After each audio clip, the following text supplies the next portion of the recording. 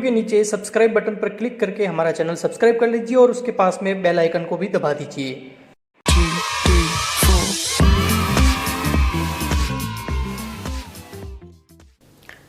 हाँ जी फ्रेंड्स, हम कर रहे थे बिजनेस स्टडी के अंदर चैप्टर नंबर 4 मोटिवेशन यानी कि अभिप्रेरणा। इसके अंदर जो है इस चैप्टर को काफ़ी कर लिया था। अभिप्रेरणा का अर्थ, महत्व वगैरह, आवश्यकता और इसकी तकनीकें भी कर ली थी हमने। कौन सी? वित्तीय और अवित्तीय। उसके बाद हमने स्टार्ट किया था थ्योरीज ऑफ मोटिवेशन यानी कि अभिप्रेरण की विचारधाराएं। उसके अंदर 4 विचारधाराएं थी, जिसके अंदर हमने फर्स्ट विचारधारा मास्लो की विचारधारा जो थी वो हमने लास्ट लेक्चर के अंदर कर ली थी। आज के इस वीडियो के अंदर हम आगे बढ़ने वाले हैं और नेक्स्ट विचारधारा करेंगे। दोस्तों, समय बचे कैसे ना कैसे करके वीडियो लंबा ना हो, इसका मैं पूरा प्रयास करता हूं। इसीलिए जो नेक्स्ट विचारधारा है उसके बारे में मैंने पहले से ही बोर्ड पे लिख दिया है। तो आइए मेरे साथ हम इसको मैं आपको समझाता हूं। देखिए, नेक्स्ट जो मोटिवेशन की थ्योरी है यानी कि अभिप्रेरणा की जो नेक्स्ट विचारधारा है उसका नाम है हजबर्ग की द्विघटक विचारधारा। हजबर्ग की द्विघटक विचारधारा। और फर्स्ट कौन सी थी? मास्लो की आवश्यकता क्रम वाली, है ना। तो मास्लो वाली कर ली थी। अभी सेकंड है हजबर्ग की द्विघटक विचारधारा। टोटल 4 है। तो हजबर्ग की जो द्विघटक विचारधारा है, हजबर्ग्स 2 फैक्टर थ्योरी, इसका प्रतिपादन किया था फ्रेडरिक हजबर्ग ने। तो एग्जाम के अंदर 1 मार्क्स का क्वेश्चन यहां बनता है, 1 मार्क्स। अगर ये 1 नंबर का, अगर इसमें से कुछ वैसे आते हैं 4 विचारधाराओं में से 1-1, 2-2 नंबर के क्वेश्चन भी आएंगे, है ना। चारों विचारधाराओं में से कोई 1-2 नंबर के क्वेश्चन भी आएगी, कोई एक बड़ा क्वेश्चन भी आएगा। तो एक छोटा क्वेश्चन आ सकता है कि हजबर्ग की द्विघटक विचारधारा के प्रतिपादक कौन थे? फ्रेडरिक हजबर्ग, नाम लिखना है, ठीक। अच्छा, अब फ्रेडरिक हजबर्ग साहब जो थे उन्होंने 2 तरह के फैक्टर बताए, ठीक है। पहले एक बार मैं ये बताता हूं, फिर इनके बीच इन्होंने क्या कहा वो भी बताऊंगा। तो आप ध्यान से सुने सिर्फ, है ना, पूरा अपना कॉन्सेंट्रेट मेरे शब्दों पे करे, आपको समझ में आएगा। तो देखिए, उन्होंने 2 तरह के घटक बताए। एक बताए स्वास्थ्य एवं आरोग्य घटक यानी कि हाइजीन फैक्टर। एक बताए उन्होंने अभिप्रेरित घटक यानी कि मोटिवेटिंग फैक्टर। तो देखिए, स्वास्थ्य एवं आरोग्य घटक जो है वो ये है सब, ठीक है। और मोटिवेटिंग घटक जो है यानी कि अभिप्रेरित घटक जो है वो ये है। Okay sir. अब देखिए, हजबर्ग का कहना है, अपनी इस विचारधारा के अनुसार उन्होंने बोला कि ये जो स्वास्थ्य एवं आरोग्य घटक होते हैं, जो ये सारे हैं, ये कभी भी कर्मचारी को अभिप्रेरित नहीं करेंगे। ये घटक कभी भी कर्मचारी को मोटिवेट नहीं करेंगे। कर्मचारी को मोटिवेट केवल, अभिप्रेरित केवल ये वाले घटक करेंगे जिनका नाम है अभिप्रेरित घटक यानी मोटिवेटिंग फैक्टर। ये घटक जो है ये कर्मचारी को कभी भी अभिप्रेरित नहीं करेंगे। ये घटक जो है, ये घटक ये कर्मचारी को केवल संतुष्ट करते हैं यानी कि सेटिस्फाइड करेंगे, उसे कभी भी मोटिवेट नहीं करेंगे। अब ये घटक कौन कौन से हैं? संस्था की नीतियां, बिजनेस पॉलिसीज, बिजनेस की जो पॉलिसी है उससे अगर अच्छी पॉलिसीज हैं कर्मचारियों के लिए, वो बेहतर हैं, तो इससे कर्मचारी यानी कि वर्कर केवल और केवल सेटिस्फाइड होंगे, संतुष्ट होंगे, अभिप्रेरित नहीं होंगे। सेकंड, संस्था का प्रशासन, अगर बिजनेस का एडमिनिस्ट्रेशन अच्छा है तो केवल कर्मचारी सेटिस्फाइड होंगे, अभिप्रेरित नहीं होंगे। अगर वर्क कंडीशन यानी कि कार्य दशा अच्छी है, जहां काम करते हैं वहां का एनवायरनमेंट अच्छा है, उनके लिए सारी फैसिलिटी है, तो इससे भी केवल वे संतुष्ट होंगे, अभिप्रेरित नहीं होंगे। Very good. पर्यवेक्षण, अगर सुपरविजन अच्छा है तो भी केवल वह संतुष्ट होंगे, अभिप्रेरित। नेक्स्ट है पारस्परिक व्यक्तिगत संबंध, अगर आप उनके बीच में जो इंटरपर्सनल रिलेशनशिप है वो बहुत अच्छी रखते हैं, उनसे अच्छा व्यवहार करते हैं, तो भी केवल वो संतुष्ट होंगे, अभिप्रेरित नहीं होंगे। अगर आप उनको सैलरी और वेजेस टाइम पे देते हैं, विथ उसको बढ़ा के सालाना देते हैं, तो भी केवल वो संतुष्ट होंगे, अभिप्रेरित नहीं होंगे। अनुषंगी लाभ यानी कि फ्रिंज बेनिफिट्स, यानी कि सैलरी के साथ में बोनस, कमीशन अगर वगैरह आप देते हो, एक्स्ट्रा कुछ देते हो, तो भी केवल वो सेटिस्फाइड होंगे, अभिप्रेरित नहीं होंगे। कार्य सुरक्षा, जॉब सिक्योरिटी अगर आप देते हो उनको, अगर कर्मचारी को ये एहसास करा देते हो कि हम आपको नहीं निकालेंगे कभी भी, तो भी वे केवल संतुष्ट होंगे, अभिप्रेरित नहीं होंगे। अगर कर्मचारियों को अभिप्रेरित करना है तो ये घटक हैं। वे कौन कौन से हैं? अचीवमेंट्स, ठीक है, अचीवमेंट्स मतलब मान सम्मान देना, प्राइज दे देना, कोई सबके सामने प्रशंसा कर लेना, है ना, तो अचीवमेंट से वो अभिप्रेरित होंगे। मान सम्मान, ऑनर दे दिया तो भी अभिप्रेरित होंगे। विकास, अगर उनका डेवलपमेंट हो रहा है बहुत तेजी से तो भी वे अभिप्रेरित होंगे। अगर उनकी रेस्पॉन्सिबिलिटी अगर अपन उनको दे दें, उत्तरदायित्व दे दें उनके ऊपर, है ना, किसी को अपन अगर रेस्पॉन्सिबिलिटी दे देते हैं ना, तो सामने वाला अपने आप को समझता है कि बिजनेस के अंदर मेरे को भी रेस्पॉन्सिबिलिटी दी है ना, तो वो मोटिवेट हो जाता है ना। व्यक्तिगत उन्नति, पर्सनल डेवलपमेंट हो रहा है, उसकी खुद की पर्सनल डेवलपमेंट हो रहा है, उसको नई एजुकेशन दी जा रही है, उसकी स्किल्स बढ़ाई जा रही हैं, तो भी वे मोटिवेट होगा। और कार्य के प्रति नेचर ऑफ वर्क अगर अच्छा दिया जा रहा है उसको, तो भी वे मोटिवेट होंगे। तो देखो, इन घटकों से केवल संतुष्ट होंगे, इन घटकों से मोटिवेट होंगे। अब हजबर्ग ने ये बोला है, फ्रेडरिक हजबर्ग ने, कि इनसे सेटिस्फाइड होंगे, इनसे मोटिवेट होंगे। तो जिन चीज़ों से मोटिवेट हो केवल वो कर लो, ये मत करो। सेटिस्फाइड करने की कहाँ जरूरत है? नहीं, पहले ये घटक पूरे होने चाहिए, फिर ही वे मोटिवेट हो सकते हैं। अगर ये घटक पूरे नहीं हुए, यानी कि वे संतुष्ट नहीं हुए, तो फिर हड़ताल, तालाबंदी, धरना, आंदोलन, है ना, रिवॉल्यूशन हो जाएगा सब। इसीलिए उनको सेटिस्फाइड करना जरूरी है। हाँ, अगर आप उनको मोटिवेट करना चाहते हो तो फिर ये घटक आपके सामने है। ओके, आपको समझ में आ गया होगा। आप इसको नोट कर सकते हैं, एग्जाम के अंदर आ सकता है। 1 नंबर का क्वेश्चन यहाँ से और 2-3 नंबर का क्वेश्चन यहाँ से कि स्वास्थ्य या आरोग्य घटक कौन से वो बताओ, या फिर मोटिवेटिंग फैक्टर यानी कि अभिप्रेरक घटक कौन से हैं वो बताओ। ओके, इंपॉर्टेंट है ये थोड़ा, और ईजी भी है, समझ में भी आ जाता है। नेक्स्ट 3rd पे चलते हैं अमन, विचारधारा, थ्योरी। इसको मैं यहाँ से हटा देता हूँ। तो ओके, आप पोज करके लिख सकते हैं ना। दोस्तों, मेरी हमेशा कोशिश यही रहती है कि मैं 20-25 मिनट का ही वीडियो बनाऊं और उसके अंदर आपको ज़्यादा से ज़्यादा करवाऊं, है ना। तो आप भी थोड़ा सपोर्ट कीजिए, ध्यान से सुनिए, ताकि आपको एक बार में ये चीज़ें समझ में आ जाए, बार बार चीज़ों को बोलना नहीं पड़े। 3rd नंबर जो हमारी है वो है मैकग्रेगर। मैकग्रेगर की एक्स एंड वाई विचारधारा। मैकग्रेगर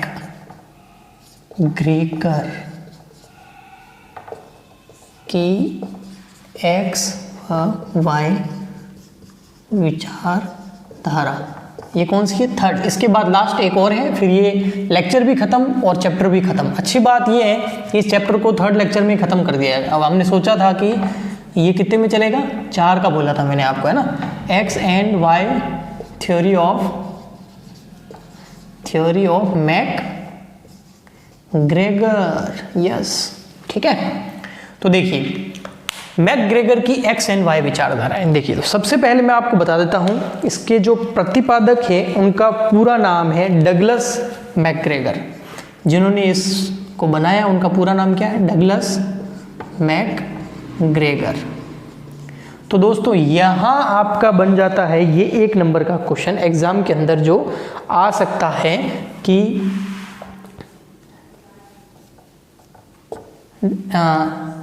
एक्स एंड वाई विचारधारा के प्रतिपादक कौन थे? तो डगलस मैकग्रेगर, ठीक है। इन्होंने अपनी एक बुक के अंदर इस थ्योरी को, इस कॉन्सेप्ट को उन्होंने बताया था, और उस बुक का नाम था human side of enterprises. Human side of enterprises. तो ये भी यहाँ पर भी है ना, ये देखो, यहाँ 1 नंबर या 2 नंबर आपको ज़रूर मिलेंगे, है ना, 2 मार्क्स यहाँ से। देखिए, बिल्कुल, है ना। बुक का नाम पूछ सकते हैं कि एक्स एंड वाई विचारधारा के प्रतिपादक कौन थे, और उनकी पुस्तक का नाम बताओ जिसमें इस विचारधारा को उन्होंने प्रेजेंट किया, प्रस्तुत किया। तो बुक का नाम है ह्यूमन साइड ऑफ एंटरप्राइजेस, और प्रतिपादक प्रोफेसर का नाम है डगलस मैकग्रेगर। आपको याद हो गया होगा, ठीक। इन्होंने, जो डगलस मैकग्रेगर थे, इन्होंने इस पुस्तक के अंदर एक्स एंड वाई विचारधारा के 2 विरोधी विचारधाराएं प्रस्तुत की। कैसी? विरोधी, जो एक दूसरे का विरोध करती है। एक का नाम था एक्स थ्योरी, यानी कि एक्स विचारधारा है ना, एक्स विचारधारा बोलो या एक्स इंग्लिश में क्या बोलते हैं, एक्स थ्योरी, और एक वाई विचारधारा यानी कि वाई थ्योरी। ठीक है, तो ये एक्स जो थी एक्स विचारधारा, ये है नकारात्मक पहलू प्रदर्शित करती है ना, नेगेटिव फैक्ट बताती है ये। ठीक, और ये जो वाई विचारधारा है ये पॉजिटिव यानी कि सकारात्मक पहलू बताती है कर्मचारियों की, ह्यूमन रिसोर्स की, है ना, पॉजिटिव फैक्ट क्या है आप समझना। देखो दोस्तों, एक्स विचारधारा और ये वाई विचारधारा दो है, और दोनों के दोनों आपस में क्या है, विरोधी है ना, विरोध करती है एक दूसरे का, है ना, रिफ्लेक्शन है। ठीक है, ये नकारात्मक पहलू बताती है, सकारात्मक पहलू बताती है, नेगेटिव चीजें और वो पॉजिटिव चीजें बताती है। किन की, कर्मचारियों की, वर्कर की, ह्यूमन रिसोर्स की। बिजनेस के अंदर ह्यूमन रिसोर्स होता है ना, मैन, मनी नहीं, मैन, 5M बताए थे ना, उसमें फर्स्ट M वो, तो ह्यूमन रिसोर्स जो कर्मचारी होते हैं, काम करते हैं बिजनेस के अंदर, उनके नकारात्मक पहलू को ये विचारधारा बताती है, और वाई विचारधारा सकारात्मक पहलू को बताती है। ये नकारात्मक विचारों को ये बताती है कि ये विचारधारा बोलती है कि जो बिजनेस के अंदर काम करते हैं, ह्यूमन रिसोर्स यानी कि मानव जो काम करता है, कर्मचारी जो काम करते हैं, उनको आप नियंत्रित करो। क्यों, ये बोलती विचारधारा बोलती है अगर कंट्रोल नहीं करोगे तो आपका काम नहीं होगा। क्यों, क्योंकि सामान्यतः मानव का जो नेचर होता है वो आलसी होता है। कैसा होता है, आलसी। और कैसा होता है, मानव स्वार्थी होता है, केवल अपना सोचेगा, वो विरोध कर सकता है, विरोधी होगा,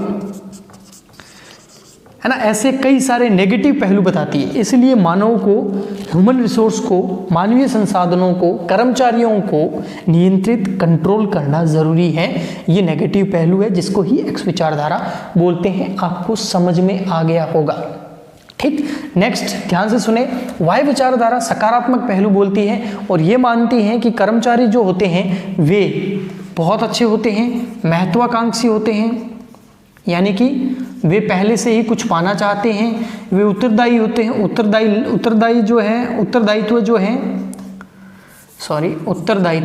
उत्तरदायित्व मतलब रेस्पॉन्सिबिलिटी। वे उत्तरदायित्व लेने के लिए हमेशा क्या रहते हैं, तैयार रहते हैं। वे कल्पनाशील होते हैं, सृजनशील होते हैं, क्रिएटिव होते हैं। कल्पनाशील, सृजनशील, क्रिएटिव, सृजनशील, मेहनती, स्वनियंत्रित, खुद को नियंत्रित करने वाले, यानी कि सारे अच्छे फैक्टर्स को ध्यान में रखते हैं। तो दो विचारधाराएं उन्होंने बताई, एक कर्मचारियों को पूरा आप कंट्रोल करके रखो, और एक उनको ज़्यादा कंट्रोल करने की ज़रूरत नहीं है, वे खुद समझदार होते हैं। तो ये ही बताया था इन्होंने मैकग्रेगर ने, जो आपके सामने है इस चैप्टर की। इसके बाद लास्ट कॉन्सेप्ट है, उसके बाद आपका ये चैप्टर खत्म हो जाएगा। ठीक है, तो लास्ट अपन कर लेते हैं फटाफट, और फिर ये चैप्टर खत्म आपका अभिप्रेरण। तो मैं हटा देता हूँ, आप इसको पॉज करके वीडियो को लिख सकते हैं। ठीक है दोस्तों, वैसे क्या है ना, ये चीज़ें समझ में तब आएगी अगर मैं यहाँ पर बुक लेके बैठ जाऊँ और उसकी थ्योरी पढ़ने लग जाऊँ ना, तो आप वीडियो को 1 सेकंड के अंदर स्किप कर देंगे, इतनी बोरिंग लगेगी आप। मैं ये बता रहा हूँ कि कोई भी अगर अपन टॉपिक ले रहे हैं तो वो क्या है, प्रैक्टिकली उसको समझने की कोशिश कर रहे हैं अपन मिलकर, ठीक है ना। लेकिन वो आपको समझ में तभी आएगा, सच बता रहा हूँ, BST समझ में तभी आएगी जब आप किसी पैराग्राफ के अंदर क्या निष्कर्ष है उसका वो समझ लें। तो वही अपन कोशिश कर रहे हैं ना। तो आपको समझ में तभी आएगा जब आप कंसंट्रेट करके ध्यान से सुनेंगे और देखेंगे। तो आप देखिए, ध्यान से सुनिए। नेक्स्ट है 4th, विलियम औची की Z विचारधारा, और ये है हमारी लास्ट, ये विचारधारा जो है ये हमारी लास्ट है इस चैप्टर की, फिर चैप्टर एंड है। तो विलियम औची की Z विचारधारा, ठीक है, इंग्लिश में भी लिखा देता हूं, विलियम औचीज Z थ्योरी, ठीक है, अब देखिए इसका प्रतिपादन विलियम ओची ने किया था और विलियम ओची का पूरा नाम है विलियम जी ओची। ठीक है, याद रहेगा ना, अपन जी लगाते हैं ना, राम जी, कृष्ण जी, तो वैसे के वैसे आपको जी लगाना है, नाम याद रहेगा। ओके, ये प्रोफेसर थे कहाँ के? अमेरिका के। तो अमेरिकन प्रोफेसर विलियम जी ओची ने इस विचारधारा का प्रतिपादन किया 1981 में। कब प्रतिपादन किया? 1981 में अपनी बुक के अंदर, एक बुक इन्होंने लिखी जिसके अंदर उन्होंने इस चीज़ का प्रतिपादन किया। उस बुक का नाम है थ्योरी जेड और ये बताती है हाउ अमेरिकन, इस बुक का नाम है पूरा theory Z, how American business can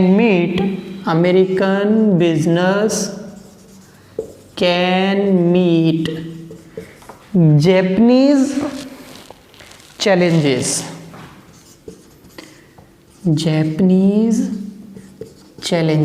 sir क्या लिखा है जा रहे हो आप, बताओ ना। अरे बेटा इधर से क्वेश्चन बनेगा आपका, समझे आप, यहां से क्वेश्चन बनेगा 1 नंबर का या 2 नंबर का, है ना। इसके अंदर पूछेंगे जेड विचारधारा का प्रतिपादन किसने किया? विलियम जी ओची ने। कब किया? 1981 में। कौन सी बुक में किया? Theory Z, how American business can meet Japanese challenge.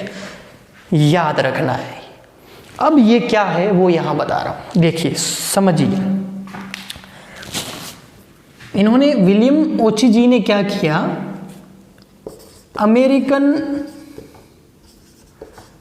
Business का जो मैनेजमेंट है, प्रबंधन, अमेरिका अपने बिजनेस का मैनेजमेंट कैसे करता है उसको पूरा पढ़ा।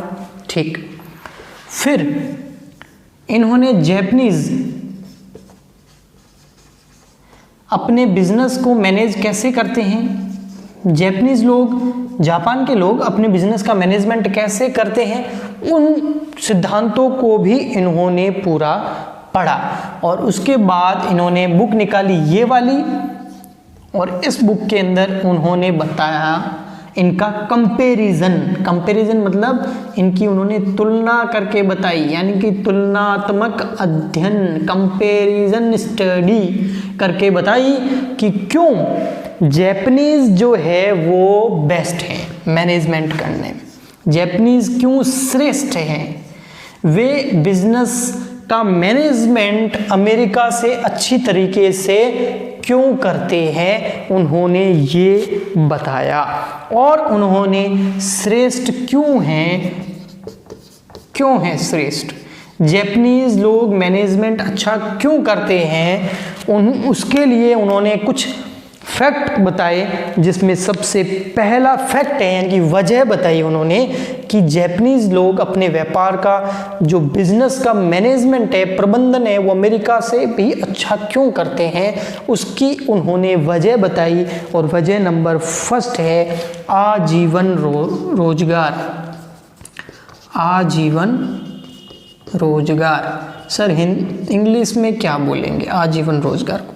Life time employment. पहली वजह ये, जैपनीज कंपनीज अपने वर्कर को उनकी पूरी लाइफ में भी अपने यहाँ से नहीं निकालते हैं, यानी कि नौकरी से नहीं निकालते। एक बार किसी जैपनीज कंपनी ने किसी वर्कर को रख लिया तो वे फिर उसको निकालते नहीं हैं। अगर वो अच्छा काम करते हैं तो उनको आगे बढ़ाते हैं, अच्छा नहीं करते हैं तो उनको सिखाते हैं, उनकी प्रॉब्लम्स को दूर करते हैं, उनको एजुकेशन देते हैं, लेकिन उनको निकालते नहीं हैं। इसीलिए इनका बिजनेस मैनेजमेंट बेस्ट है अमेरिका से। चाहे कितनी ही मंदी क्यों ना आए, जैसे अभी कोविड-19 की वजह से मंदी आई है और कई कंपनियों ने अपने वर्कर्स को निकाल दिया है, लेकिन जापान के लोग अपने कंपनी जो है वे अपने वर्कर्स को जॉब से नहीं निकालेगी, चाहे कंपनी को लॉस में जाके भी इनको सैलरी देनी पड़े तो देंगे, और ये सच है। जापानीज कंपनी अपने वर्कर को नहीं निकालती है। ओके, नेक्स्ट है मंद गति से मूल्यांकन। मंद गति से मूल्यांकन, दूसरी वजह बताई कि जापानीज बिजनेस जो है वो बेस्ट क्यों है उनका मैनेजमेंट, तो मंद गति से मूल्यांकन। कोई वर्कर नया रखा तो 1-2 साल रखने के बाद उसका मूल्यांकन नहीं करते हैं। वैसे कोई भी कंपनी दूसरी कंट्री की क्या करेगी, ये वर्कर को रखेगी, 1-2 साल रखेगी और देखेगी, अगर वो अच्छा काम कर रहा है तो कंटिन्यू करेंगे, नहीं तो उस वर्कर को निकाल देंगे। जापानीज कंपनी ऐसा नहीं करती है, वे उस वर्कर को 10-12 साल तक रखती है, फिर उसका वैल्यूएशन करती है कि वर्कर अच्छा काम कर रहा है या नहीं, 1-2 साल के अंदर नहीं। क्यों? वे अपने वर्कर्स को सिखाती है, ओके, समय देती है, इसीलिए जापानीज कंपनी का मैनेजमेंट अच्छा है। जीवन वृत्ति पाथ, नेक्स्ट पॉइंट है जीवन वृत्ति पाथ, करियर पाथ बोलते हैं ना जिसको अपन, जीवन वृत्ति पाथ यानी कि करियर पाथ, मतलब उनका पूरा करियर बना देती है, पूरा उनका करियर का पाथ जापानीज कंपनी डिसाइड करती है, क्योंकि वे अपने वर्कर को हमेशा अपने साथ लेकर चलती है, इसलिए जापानीज कंपनी का मैनेजमेंट अच्छा है। अगला है मानवीयता पर बल, ये बहुत अच्छा काम करती है जापानीज कंपनी, है ना। मानवीयता, ह्यूमैनिटी, ह्यूमैनिटी पे हमेशा वो क्या करती है, एम्फासिस करती है। मानवीयता पर बल क्या, केवल वर्कर नहीं, वर्कर जहां काम करता है केवल वहां नहीं, वर्कर की पर्सनल लाइफ, उसकी फैमिली, है ना, उसकी पर्सनल प्रॉब्लम्स को भी सॉल्व करती है जापानीज कंपनी। केवल वर्कर का पर्सनल नहीं, वर्कर की पूरी फैमिली, उसको किसी प्रकार की घर पे, बाहर, मार्केट में कोई भी समस्या आ रही है, उसका सॉल्यूशन वह कंपनी करती है जहां वर्कर काम करता है। इसीलिए जापानीज कंपनी का मैनेजमेंट अमेरिकन कंपनी से बहुत अच्छा है, ऐसा बताया विलियम ओची ने। अगला पॉइंट है आपका, सामूहिक निर्णयन। सामूहिक निर्णयन, इसका मतलब ये है ग्रुप डिस्कशन, ग्रुप डिसीजन, यानी कि जापानीज कंपनी कोई भी डिसीजन बड़ा लेने से पहले अपने कर्मचारियों से भी उस डिस्कशन के बारे में बात करती है। फिर है मानव संसाधन विकास।